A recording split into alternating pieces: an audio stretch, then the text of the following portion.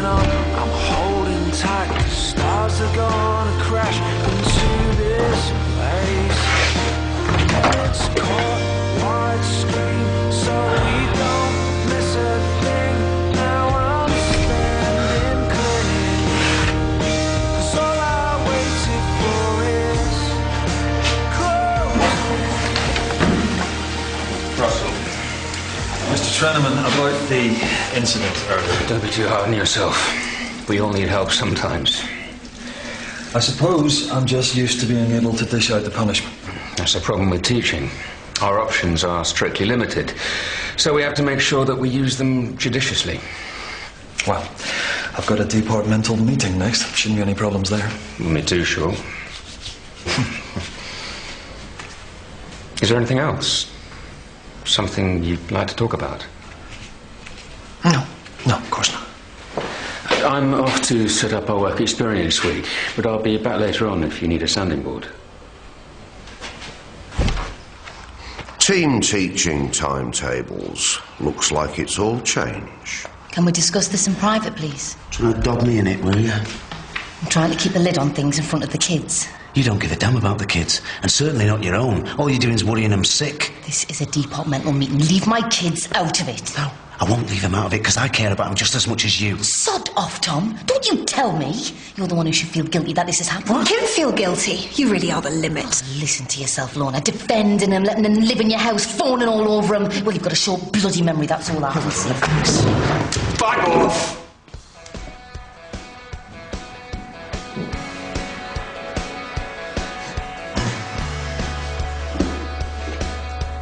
Right, this isn't easy, guys, but either you sort this out for yourselves or I'm going to have to sort it out for you.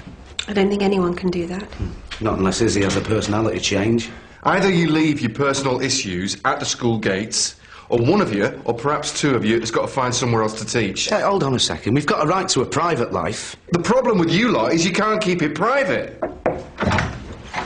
Your 11:30's waiting. Talking of private lives. Right, I'm not having this. One of you has got to fall on your sword. Do I have to choose which one?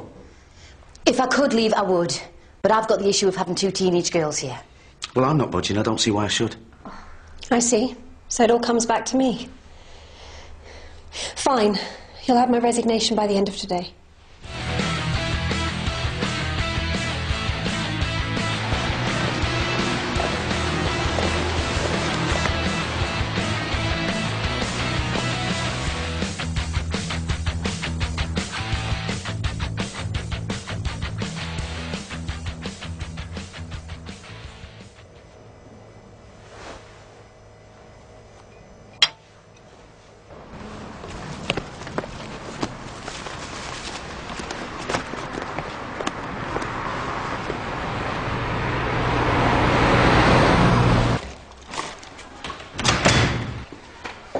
Please, believe me, I'm not going out of my way to find fault with Russell. Right, but you're going to. I saw him come out of an off licence not 20 minutes ago. He looked uncomfortable. What, more uncomfortable than you do now? Why would he go to an off licence in his lunch break? I don't know, maybe the same reason that I go, to get tea bags or a pint of milk. In the middle of the working day? Why don't you just come out and say it? I mean, you've already made your mind up about it, haven't you? What, is a raving alcoholic? That's why he's bouncing off the walls, is it? Just shows how much you know about alcoholics. What the hell do you know about it? A lot more than you suspect. No, do you know what I suspect? I suspect that you're actually jealous of Russell. Because you know that he's going to be 10 times the teacher that you are. In the history of your cheap remarks, that's just about the cheapest. The only thing I feel when I see a good teacher is relief, and I think that Russell might just be one. It's just... he lacks confidence. Well, he had the confidence to wade into a domestic and get himself stabbed. We need people who can stand back and assess situations. Who knows, a different personality might have saved himself from the assault.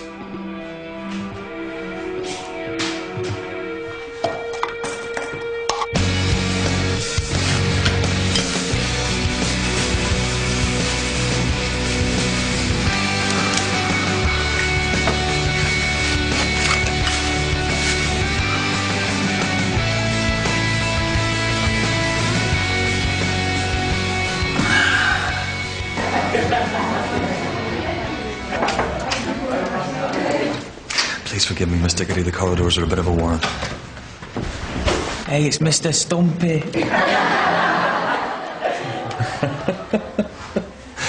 Did I hear my nickname? You. You called me Stumpy, didn't you? So, I've got a limp. You want to make something of it? No, sir. Really? Then why did you call it out? I don't know. I don't know. Maybe it's because you're a moron.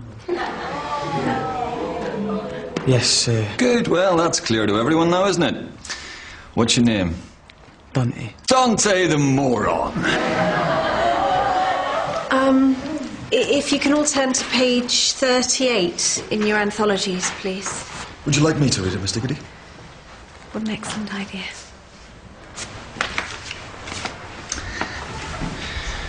Stealing. The most unusual thing I ever stole? A snowman. Midnight. He looked magnificent. A tall white mute beneath the winter moon. Looking for breath? No? Just taking down some old notices. Yeah, we've always got some excuse, haven't you? And what's with your attitude, Missy? Can't you see what you're doing to him? Or do you just not care about anyone else? Excuse me? Oh, maybe you can't see how screwed up he is over you. Look, why don't you just stop playing games and be straight with him? Hi.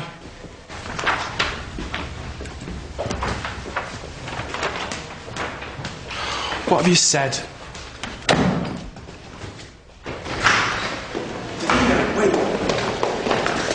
Well, you've really done it now, haven't you? What's the one thing I asked of you? To be discreet. I had to talk to somebody. Mika won't tell anyone else. Well, she better not. God, I must have been totally loopy picking up with you again. A schoolboy, I mean. Pathetic.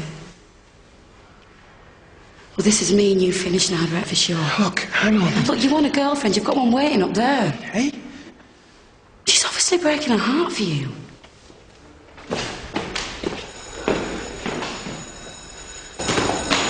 I thought you handled Dante Charles really well. So, how'd it go? Yeah, I think Russell will make an excellent teacher. Yeah? And when you're qualified, you might want to apply for my job. What? You're leaving Waterloo Road? I want to change of school. I probably shouldn't say this in front of you, Russell, but Waterloo Road can be quite stressful. I found that out today. And there'll be plenty more days like it. In fact, there'll be days when you're at the depths of despair.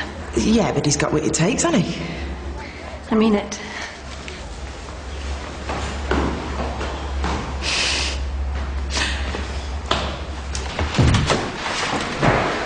You know you said you think Andrew's got it in for you. I think you might be right.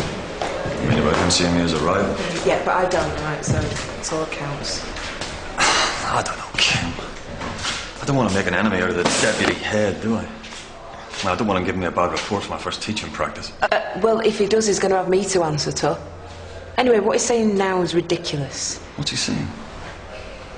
I shouldn't really say, but he said that he saw you coming out of the offie at lunchtime.